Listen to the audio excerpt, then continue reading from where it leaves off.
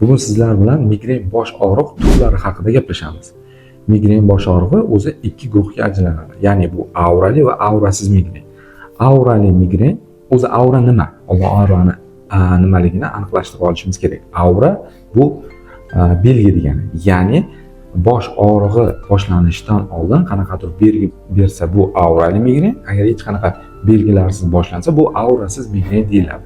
Aurali migrenlarda bosh og'rig'i boshlanishidan oldin har xil ko'zda yorug'lik paydo bo'lishi yoki bo'lmasam har xil svetlar chaqnashi, ko'z oldida har xil chaqnashlar paydo bo'lishi yoki bo'lmasam zigzaglar paydo bo'lishi, ko'zning yarmining ko'rmay qolishi yoki ko'z oldida har xil qora dog'lar paydo bo'lishi, bular hammasi vizual auralarga kiradi. Ya'ni bosh og'rig'idan oldin ko'zda har xil holatlar kuzatilishi mumkin. Bularda vizual aura deyiladi. Vizual auralar o'tib ketgandan keyin bemorda bosh og'rig'i boshlanadi.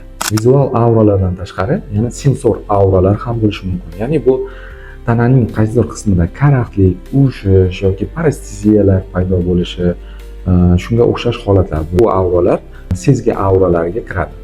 Ba'zi bir auralar bor, ular kamroq uchraydi.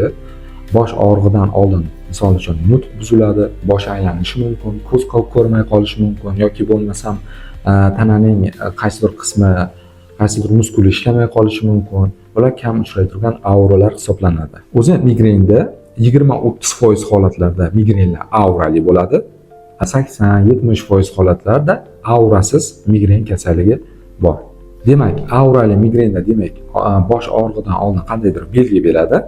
Aurasiz migrenda bo'lsa hech qanaqa belgilarsiz bosh og'rig'i boshlanadi. Aurasiz migren eng ko'p uchraydi. Bosh og'rig'i boshlangandan keyin bemorda kuchli lo'qillovchi og'riq, hidlar yoqmasligi yoki bo'lmasam shovqin yoqmasligi, shovqindan tashqari ham yorug'liklar yoqmasligi kuzatiladi. Bemorda kuchli og'rigan paytda qusish yoki ko'ngillanishi, kusish holatlari juda ko'p kuzatiladi. Endi migrenning epizodik va surunkali turi haqida gaplashamiz.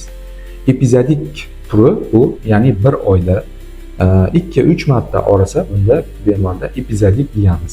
Bunda bemorda bir oyda 2-3 marta boshi og'riydi. Og'riq davomiyligi 4 soatdan 72 soatgacha bo'lishi mumkin. Endi surunkaliga keladigan bo'lsak, surunkalik migrenoz bosh og'rig'i bunda bemorda 15 kundan, ya'ni bir oyda 15 kundan ko'p kuni bosh og'rig'i bilan o'tadi. Bunda biz surunkali migren deb tashxis qo'yamiz. Epizodik va surunkali migrendan tashqari migrenoz status degan narsa bor. Ya'ni migrenoz statusda migren bosh og'rig'i umuman to'xtamaydi. 72 soatdan ham ziyod davom etaveradi. To'g'ri, ora-orada bir pasayadi, lekin to'xtamasdan 30 kun, bir oyda 30 kun bo'lsa 30 kun ham og'rish mumkin. Buni migrenoz status deyiladi. Bunday holatlarda bemorda statsionar yoki reanimatsion holatda davolanish shart. Bugungi videomizda migrenning turlari haqida gaplashdik. Keyingi videolarimizda migrenning kam uchraydigan turlari haqida gaplashamiz. Obuna bo'lib qo'yishni va like bosishni unutmang.